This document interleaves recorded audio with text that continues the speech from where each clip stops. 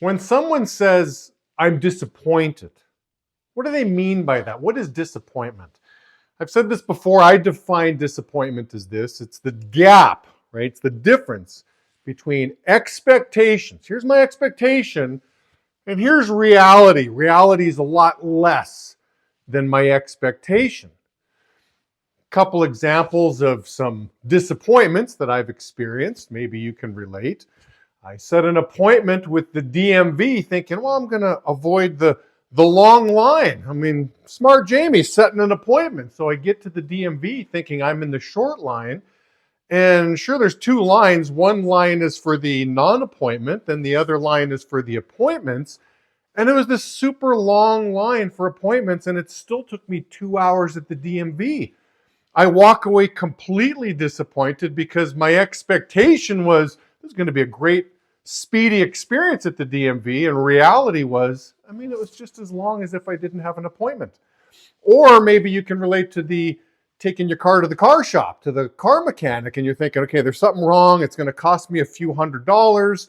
And the reality sets in where it's like, yeah, this is going to cost you $1,000. So your expectation is not met. Reality is just going to be different. Or I had a friend, one more example I want to give you.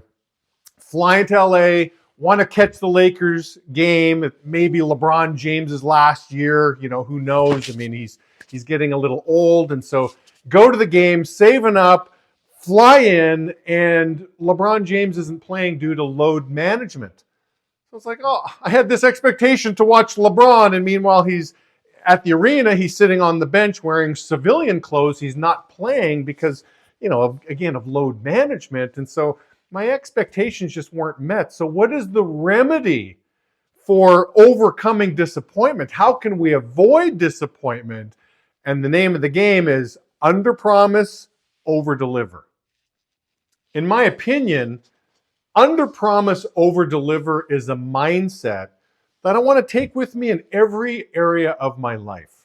Okay, I want to be the guy that consistently over delivers. That's the reputation that I'm developing. So I'll just give you 3 examples that I can think of. As a newlywed, right? I'm a new husband, and I'm telling my wife, Joanne, when I'm going to be home for dinner. And she's slaving away. She's cooking this wonderful meal, and consistently, I was showing up late. Now, I didn't have any bad intentions with this. Just, hey, here's what time I think I'm going to be home, and if all goes well, here's when I'm going to be home. It's kind of like somebody who's planning to get to work on time, thinking that it's nothing but green lights all the way to the office, right? Best case scenario, it's nothing but green lights and you're on time. Worst case scenario, you hit a few too many red lights and you're 5-10 minutes late.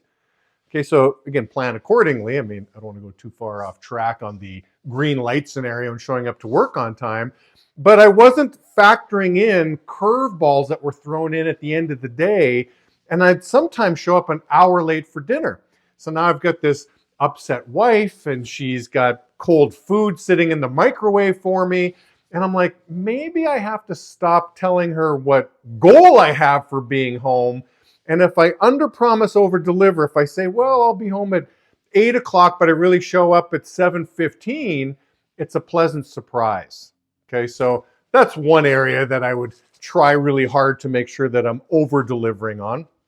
Another one is field goals, setting goals for the field. In a previous Hep Huddle episode, I talked about how the goal sheet is really the integrity sheet. That if this is what I say I'm going to do, then I'm going to do it. And if I say I'm going to make $1,000 in the field, I'm really going to make $1,100. I want the reputation of whatever I say is going to happen, you can take to the bank and then some. Take it with interest. I don't want to be the guy that has the reputation of, well, Jamie has good intentions and he says some good goals, but he consistently has always fallen short. He's over-promising, under-delivering, all right? And just one more example I want to give you guys, and I think there's a few people that may be guilty of this. I certainly was. When I'm new and I'm explaining what I'm doing to friends and family, man, I was over-promising. They're looking at it like, hey, Jamie's the sales rep. How's this new job going? I'm like, oh yeah, not about sales. It's about the bigger picture. I'm going to run a company one day. And so I think people were kind of looking at me like, Jamie, like, are you really buying into this pipe dream? Is this really going to happen? And so I wasn't getting a lot of buy-in. If I had to do it over again, I would have really talked about, hey, listen, I'm getting some great experience. I'm building my resume. I don't know where this is going to go. I've got some optimism on the future of where this thing could go, but I'm really learning a lot. I would have downplayed it quite a bit more rather than setting myself up for these crazy lofty goals. I mean, I've talked to lots of parents that have come into my office and they ask me about the business because their kid is telling them about these crazy lofty goals. Now, I like people that are thinking big picture, but again, you got to watch how you promote it. You don't want to overpromise, underdeliver. I want to be in the habit of underpromise, overdeliver, get in the habit of being known as a person that overdelivers.